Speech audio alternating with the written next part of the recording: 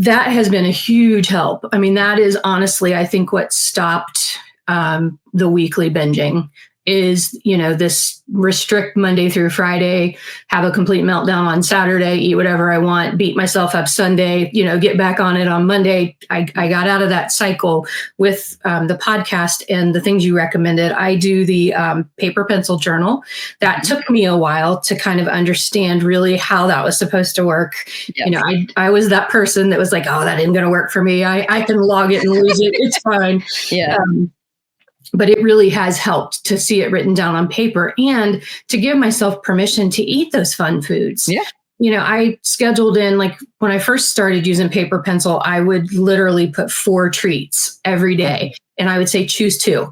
Like you can, choose 2 of them, eat it, enjoy it. And that, I think, really calmed my lower brain down when it comes to that kind of eating. Yeah. So I do the paper pencil journal. I'm in the community, which I absolutely love. Everybody is so supportive. That has been huge. I can't say enough about the folks in there.